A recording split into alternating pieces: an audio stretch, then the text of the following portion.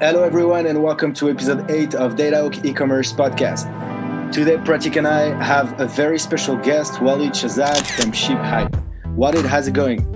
I'm awesome. How are you? We're good, thanks. You're in LA right now? I'm in Toronto, in Canada. In Canada, you're back in Canada, okay. Pat, how's it going on your side? And not too bad. How's it going for you? Because, I know you've got 2 kids. So how are you holding on to your sanity, Rafa? It's okay. It's quite hard working from home. But just for the record, I haven't seen Pat. So at DataHawks, we work remotely for more than a month and a half now. So I haven't seen you. So you're still alive. I'm very happy. Well, yeah, I got a little taste of prison life, working from home. But this is not the first time I got that taste. The first time I got a taste of prison life was when I ate frozen pad thai noodles. Thanks for that. Well, we're very excited to have you, Walid, on the show today. ShipHype is a prep center and a full 3PL third-party logistic company. So it's going to be very, very exciting to learn more about what you guys are doing and how Prep Center can help sellers. But before we dive into all of that, Walid, maybe you just want to give us a little bit on your background and how you got started into this space. Yeah, for sure. So this is actually my 3rd business at ShipHype, right? Before this, I had a cell phone parts wholesale company, and I started it from Toronto, and eventually I expanded over to the States to grow that business, because in that previous business, 90% of my clients were actually in the States, right? Yeah. So it made a lot of sense for me to move over. And I moved to California. And at that time, I was actually looking for a fulfillment center to grow that business before moving myself, right?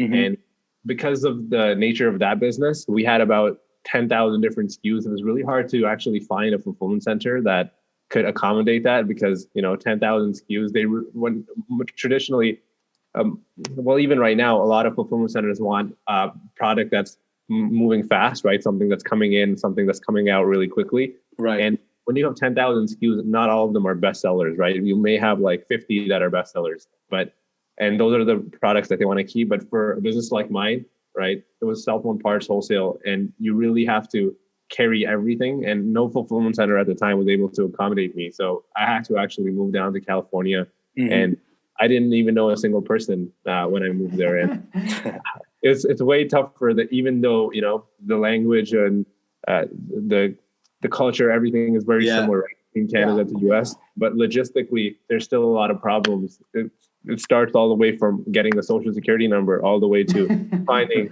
warehouse space, and all of these things are tied. But I faced these problems, a lot of them, when I was, in the process of expanding my business to the States. And at that time, I didn't think I was going to start a fulfillment center or a prep center, but it was just, I realized that there's a real need for it, right? And even though they did exist, it's not like the solutions fit the current landscape. And it might be because a lot of the fulfillment centers, are businesses that have been established for like 30, 40 years, and they're actually very large businesses, right? A lot of them are geared towards enterprise level and large corporations.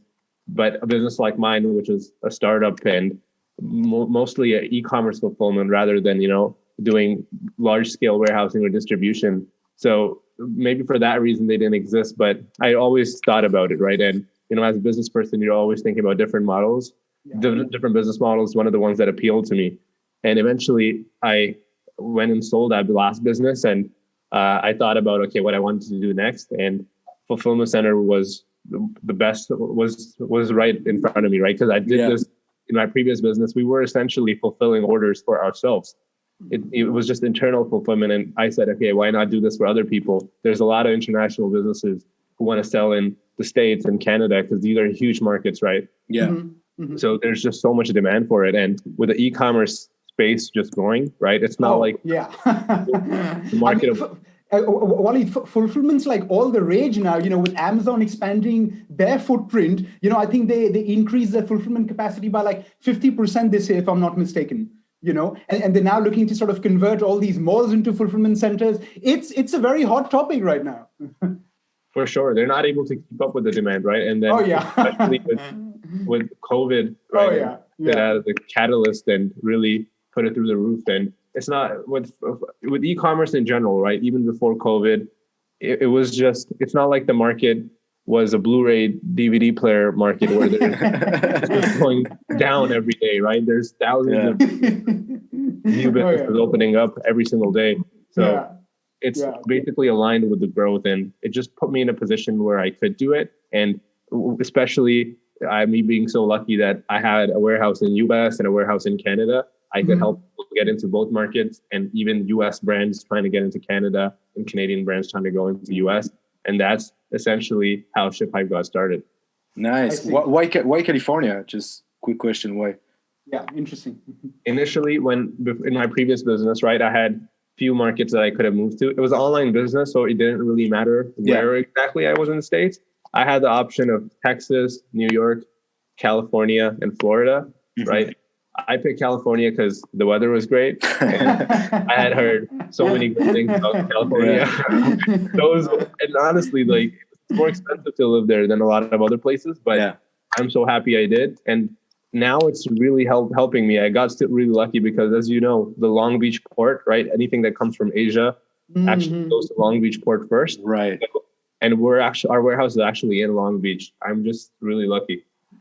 That's cool. So can you tell us a little bit more about what is actually ShipHype and what does it deliver as value to its customer? Yeah, ShipHype is a fulfillment center. So we store and ship products on behalf of other businesses. Let's say someone has a successful business, whether it's overseas, even if it's not successful, let's say it's a brand new startup, right? And they're looking to outsource the fulfillment side, which means picking and packing orders and shipping it out directly to the customers. They can outsource it over to us, right? A lot of businesses, there's so much that goes into a business, from product development to finding customers to branding. There's just a plethora of things, accounting, and then all that administrative stuff. Something like fulfillment is the most simplest, right? In terms of there's very little learning. How much can you really learn, right? You can't, after 20 hours of experience, you've maxed out everything you know about. It's just a manual thing. It's just a manual job that needs to be done. Yeah. And the worst part is it takes up the most time. If you have 50 orders a day, right, that means you have to spend 8 hours to actually pack and process those. You literally have time for nothing else. And a lot of businesses who are growing and expanding, they realize they're running out of time. They turn to a service like ours to help ship the orders. Walid, how automated are you guys? So, I know that Amazon uses, all these Kiva robots and other kinds of robots to sort of pick, pack, and, pick, pack items. Are you guys automated, or are you guys sort of, in that stage where you're looking to automate? Where are you guys in that journey? No, we're not at that stage, definitely. We're actually a pretty small company compared to a lot of the fulfillment centers, right? Sure. We don't have the technology or the capability to get into that level of robotics. Maybe if we had a 100,000 square foot warehouse, it would make sense. Right now, it doesn't. Right. Okay. We just end up we print a packing slip, and that packing slip basically has the order where the items are located. It's just essentially where the robot is going, a human being is going. Do you guys also do the prep work? I mean, because I know that, if anyone wants to send anything to Amazon, there's sort of like a laundry list of things to be done. The UPC code label, the FNSQ, the sold as a set, the poly bagging, the suffocation label. It's a huge list of things. Yeah, we do all of the above. So starting from receiving to storage to putting on FNSQ labeling, polybagging items, bundling them, and sometimes there's returns that people get and they want us to repackage the product. Put on brand new SKUs, or some people actually. Well, I would say most of the clients, right? We tell them to get the labeling done from their manufacturer because it's going to be way cheaper to get it done overseas, right, than paying someone in the States. But we can drip the inventory in for them, so we store their goods in master cartons. As they sell the inventory on Amazon, we replenish it and drip it back into Amazon's warehouses. Walid, that brings me to a question. You know how you just mentioned that suppliers or the manufacturers are preferred, you would rather that they do the labeling or, the prep work. So, I used to work for a retailer, right, in America, and shipping was about 12% of our cost. So it made sense for us to at least, just have the suppliers or the manufacturers, do the prep work and the labeling, because if we were to ship it to a 3PL, there's a shipping cost there. And then if they do the labeling and then we ship the items from them to Amazon, there's another, sort of layer of cost. So, I mean, my question is does it make sense to sort of even use a 3PL at all in this case for prepping and labeling? Oh yeah, 100%, right? And let me just clarify what I exactly meant by that. So I don't, it's not that it's going to add additional shipping costs if they are having us do the prepping. It's just going to add more labor cost, right? And we actually make more money if people have us do the prepping, right? But let's say they're paying us 40 cents per unit to the prepping. My recommendation, just to provide value to anybody who's listening, is if you can get that for free, right? Why do you pay the 40 cents, right? Exactly. Have your supplier do it. It's not going to add anything to your shipping costs because you are going to have to ship it to us no matter what. Yeah. Okay. Makes sense. Okay. Especially if you're shipping, thousands of pieces a month on Amazon, right? Well, a lot of sellers are selling more than 1,000. Oh, yeah. 40 cents a unit, it really adds up. You can put that money somewhere else. Yeah, I mean, I know this from experience. The margins are razor slim in this game. So yeah, even those 40 cents can make a big difference. If you're doing 1 million orders annually, right? Yeah, that's a lot of money. So, Walid, you mentioned overseas at some point of time. So my question is 3PL or using a 3PL service better for, let's say, an American seller or mostly for, let's say, international sellers? Because, the dynamics are very different for the two kinds of sellers. Yeah, it's a kind of a requirement for both at this point, right? But there's different reasons why an international person uses versus a domestic one in the States. So for an international person, right, they don't have actual warehouse here. So every time they want to ship inventory to Amazon, they have to ship a large quantity, right? And now with Amazon's restrictions and the IPI, they're not able to ship large quantities. So they have to use a fulfillment center. Makes sense? So they can push inventory in. Now, somebody who's in the States, right? A lot of Amazon sellers are actually have full-time jobs, and Amazon is exactly their full-time thing. And and they got to receive a shipment from their supplier, right? Where are they going to receive it to their house? They don't have a loading dock at their house, and the delivery hours are the same as their working hours, right? And once you get to a volume, it's not worth it. And also, like I mentioned, right, it's one of the things that take up the most time. So one thing you could do is hire staff and have somebody else do it for you to save time. But when you hire staff, you also have to manage staff, right? So it's way easier to just hire a prep center, and you don't have to worry about getting warehouse space of your own, right? Absolutely. You don't have to worry about working out of your house. You don't have to worry about people breaking into your house. and not to mention, Walid, if you're a retailer and, if you're running this business, if you hire just one person in America to do your picking, packing, whatever, it's going to cost you between $30,000-$40,000 annually, and then basically that becomes sort of like a fixed cost. Right. Whereas if you outsource a function to a 3PL, then they're able to, sort of distribute the cost and maybe charge you a per package labeling cost or prep cost, as opposed to you having to pay $30,000 flat out. That's actually a very good point.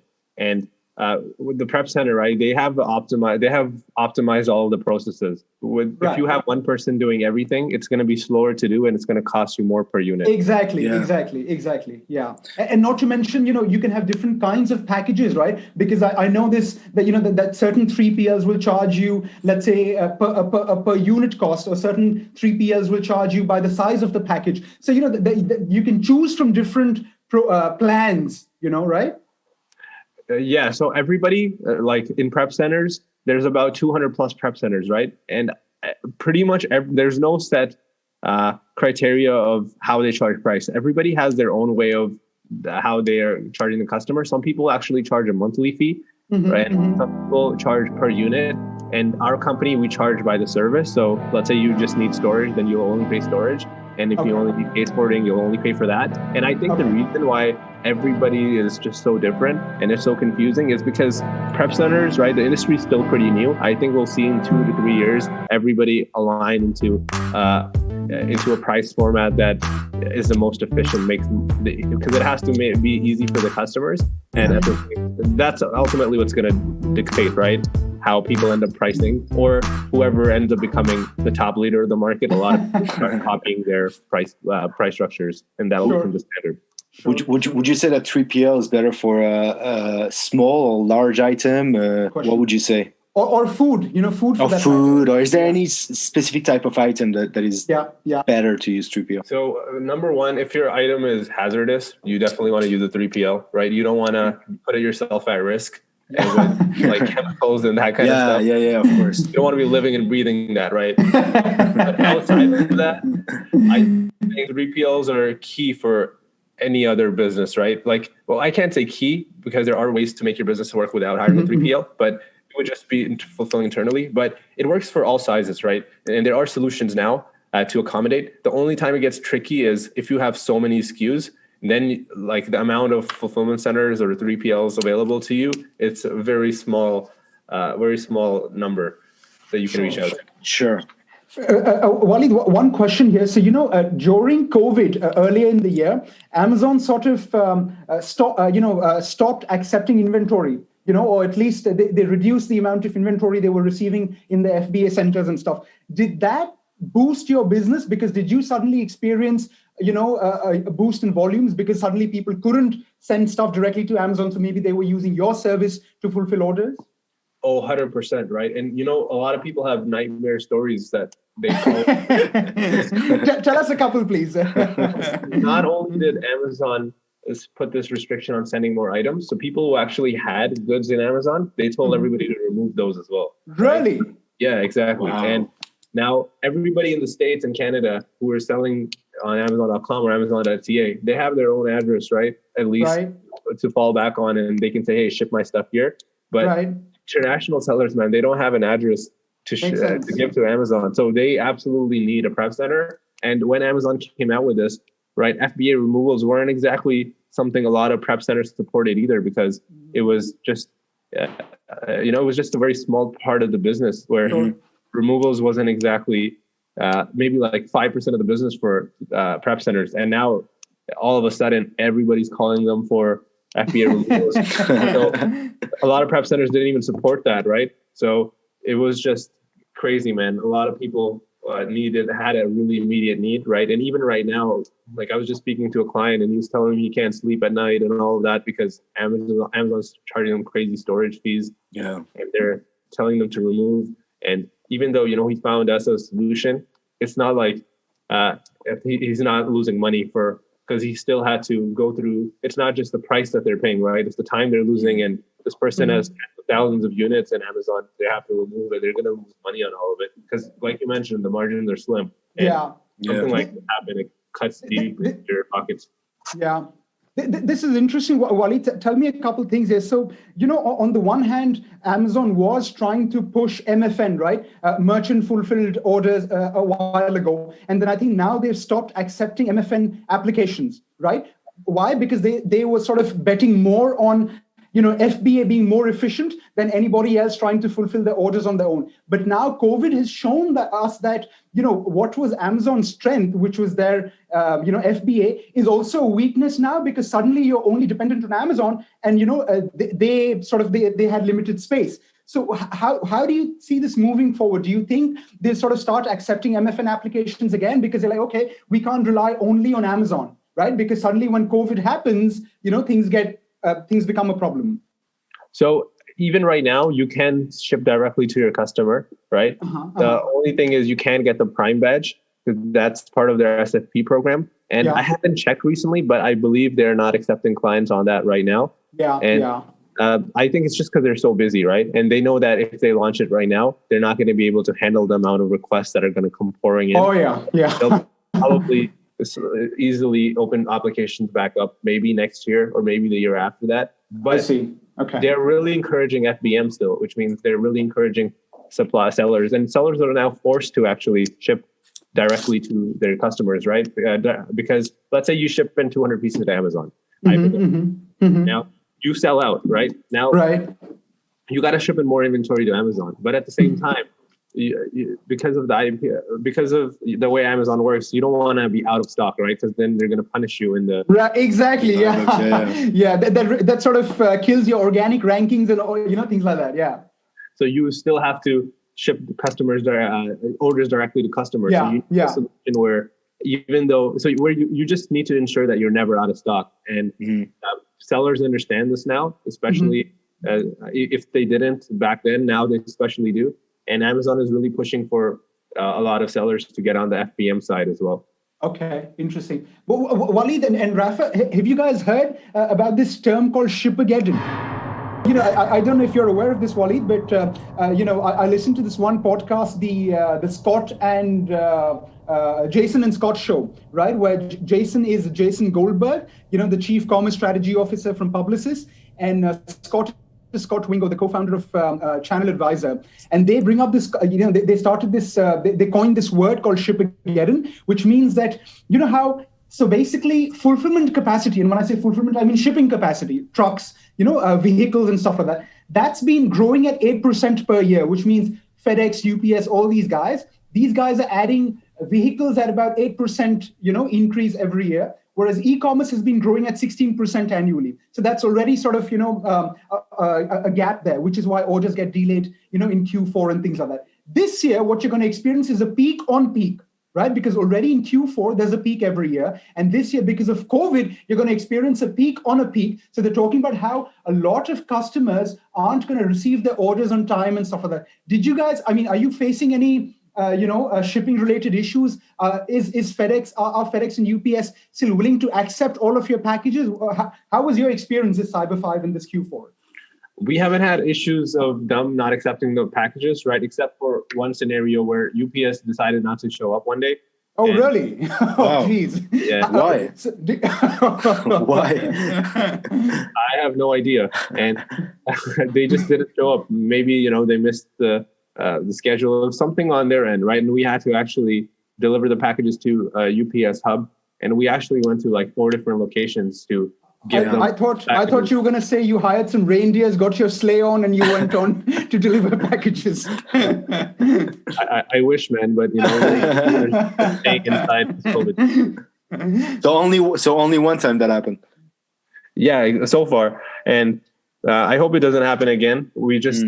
We were able to talk to the account manager, whoever deals with us, to ensure it doesn't happen. And they value us as a client, right? Because at the fulfillment center, we're giving them a lot of business. Sure. But we had to actually go to multiple hubs to deliver it. And a lot of them were saying, hey, we don't take more than 12 packages from a single client. And they would have never said this if it wasn't for COVID and what you're talking about, right? But what's interesting is every single week, we have a lot of companies reach out to us. There's a lot of private companies forming now, and they're actually doing a great job of bridging that gap. So these private companies actually operate in larger cities like Toronto, Miami, Los Angeles, right? Yeah. Like a lot of the bigger cities, because there's a lot of population and it's worth it for them. And how it works is they'll work with brands who have large volumes, and they'll have their own network of delivery people, and they'll make deliveries within the city using their own cars their own vans, whatever they have. And go ahead. It's working both on like a parcel level and a trucking level. And every single week, a brand new company who contacts us. So Walid, are you, these small companies that you're talking about, these private companies, which are also delivering orders in the metros and stuff like that, is that something, are they operating in a model which is, let's say, similar to Amazon's DSP program, where, Amazon doesn't hire the people themselves, they're working with these contractors who deliver packages on behalf of Amazon. So do you think these private companies are operating a similar model? Yeah, they're operating a very similar model. And it's more profitable for them because Amazon, right? The way Amazon's program is made, I don't think it leaves a lot of room for people to make a lot of money. And like it might seem like it's something that makes sense, right? But once you account for the initial cost and also the operating cost and the administrative stuff, right? People have just formed their own companies and they get to pick their own customers, and they're able to pick their own routes and their own areas, right? Which is way better for them. And they're making it work really nicely. And I think they're doing a good job bridging the gap. We might see an increase in software companies who are able to facilitate for these private companies and help more companies, because there needs to be to be able to offer service like this and make it into a proper business. You definitely need really, really good software, right? Absolutely. To sort of keep all sides of the transaction aware of shipping updates, right? Where the package is at any point of time, whether it's been collected, dropped, whatever it is, right? All of that stuff. Exactly. And create shipping labels and things like that. I do see people finding solutions, really good solutions. So even though it's a problem, right, people are definitely going to solve it quickly. I'm sure. So Wally, tell me something. When you guys get packages out of the door, what percentage of your packages are, let's say, getting delivered by a UPS or a FedEx, the giants, or USPS, and then what percentages are you using, these smaller private players for? We're not using any of the smaller ones right now. We are only using the larger UPS, FedEx, DHL, USPS. And in Canada, we also have a few other large companies besides these ones. But right now, their software isn't there. That's primarily the main reason. I see. Makes sense. And Waleed, today, Amazon's sort of been expanding their fulfillment capacity. Shipping capacity, right? And they're talking about how by the end of this year, their shipping business will have sort of become bigger than that of FedEx, right? So are you also using maybe, Amazon's carriers at all? Does Amazon only use their carriers to deliver packages to customers, or do they also use their carriers to, let's say, facilitate, transfers of packages from manufacturers to Amazon's own warehouses? Ooh, that's a good question. I'm not sure if Amazon is letting other people use their service, and I don't think they are, just because Amazon also uses other carriers. They use UPS a lot, right? UPS is their primary partner, and it's already so hard to work with Amazon. So I'm pretty sure people go directly to UPS, right? And if I as a fulfillment center don't know that Amazon offers the service to the carrier, I'm sure that a regular business probably doesn't either. I see. Makes sense. Agreed. Okay. And Wally, that brings me to another question. Economies of scale. Because you said you're a small business at this point. You guys started out recently. Unless you scale, you can't get discounts from carriers, right? And in order to scale, you need to have volumes coming in. But then customers won't come to you unless you're giving them, let's say, good shipping rates and things like that. So how do you tackle that problem? It's sort of the chicken and the egg story, right? Yeah, it actually helps us a lot, because as we get. This is something Bill Gates talked about when he was building Microsoft, right? Really? Yeah, he said that when they, for example, if they build good applications, they'll attract better developers. And as they have more developers, they'll be able to make better apps. And I love that. With us, right? Where as we get more customers, right, we're able to get higher volumes. And the higher volumes we have, we're able to negotiate better rates with the carriers. And once we have better rates, now we attract even more customers. So, exactly. It's a flywheel. It's not a battle. We're just going uphill, right? And the aggregated volume we're able to get from all of our clients combined, right? It's way larger than what a business would have on its own, shipping 1,500 a month, which 100%. Puts us in a power to negotiate better rates. And when we pass these on over to the clients, that gives us a competitive edge. Absolutely. I'm very aware of that because, like I said, I used to work for a 3P retailer, and this was one of our competitive advantages because we were working with, about 1,000 smaller brands, and we had them use our UPS, account to ship packages because we were working with 1,000 different brands. We got like 40%, 50% discounts from UPS, whereas those guys, if they worked and, if they had their own accounts, they'd be shipping much smaller volumes. So they simply wouldn't get the same discounts from UPS. Exactly. That's the name of the game. Yeah. To Waleed now. So Waleed, tell us, today there are other, like you said, there's 200 other prep services and fulfillment centers, etc., right, operating in America. So why should people come to ShipHype? What's your, let's say, what's the one thing that you're doing better than most other people in this industry? As far as prep centers go, right, we actually are very software focused compared to a lot of the prep centers. And you have a dashboard where you can view your inventory in real time. You know exactly what's going on. And because a lot of the prep centers are new, right, they haven't really focused on that. And because there is no real need for integration, if you're doing just prep center, like if you're selling Shopify and Walmart and all of those platforms, then you got to integrate your store, right? But if we were just doing strictly FBA, then there's no real need to have integration, which defeats the purpose of the dashboard, but it's still required because once you get to a certain volume, taking orders on email and phone, it's just not feasible. It's not. But at the same time, like the other 200 prep centers that do exist, right? They have their own value as well, because we only have 2 locations. We're in Toronto in Canada, and we're in Los Angeles, California, right? So if someone's looking for a warehouse in California, they reach out to us. We're able to help them. But I see. If someone needs a warehouse in New Jersey, right, or let's say Boston, then we can't really help them. So in this case, we've actually prepared a list of 200 plus prep centers, right? And we share this with our clients, and I'd like to share it with your audience as well. Oh, nice. Thank you very much. Because if someone needs a warehouse in Boston, right, then there's little I can do for them, but we can definitely point them in the right direction. And or you could launch a 4PL business where you're just sort of helping people find, fulfillment centers and maybe making a commission on that. Yeah, or maybe when my reindeers come back out, I can have them. Well, Walid, this has been really great, man. Thank you. Thanks a lot for being on the show today, for your honesty. I learned a lot, I guess. Same here, absolutely. Well, we definitely have to bring you on again. I think the Amazon landscape changed by the minute, so I'm sure we'll have more stuff to talk about very, very, very soon. Pat, thank you so much for being there also. Thank you for giving me this opportunity, Rafa. Of course, always. Guys, make sure you subscribe on your favorite platform to DataHawks eCommerce podcast so you can get notified for every new episode that come out. See you next time. Bye-bye. See ya. Bye-bye. Bye-bye. Thank you.